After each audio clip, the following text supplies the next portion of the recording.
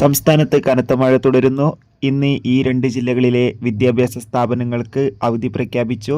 നാളെ മിക്കവാറും അവധി ലഭിച്ചേക്കാം. നാളെ പ്രവൃത്തി ദിവസം എങ്ങനെയായിരിക്കും? കൂടുതൽ അപ്ഡേഷനിലേക്ക് പോകാം. വീഡിയോയിൽ മുൻപ് വീഡിയോ ലൈക്ക് ചെയ്യുക, ചാനൽ സബ്സ്ക്രൈബ് ചെയ്യാൻ വേണ്ടി ശ്രമിക്കുക.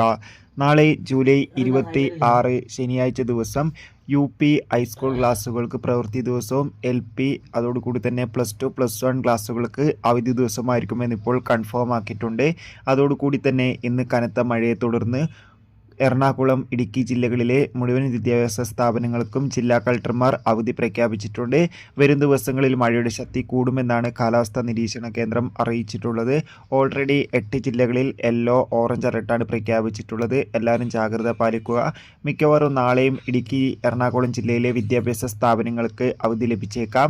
എന്തായാലും കൂടുതൽ അപ്ഡേഷൻ അറിയാൻ വേണ്ടി നമുക്ക് കാത്തിരിക്കാം. അടുത്തൊരു വീഡിയോയിൽ കാണും വരെ ബൈ.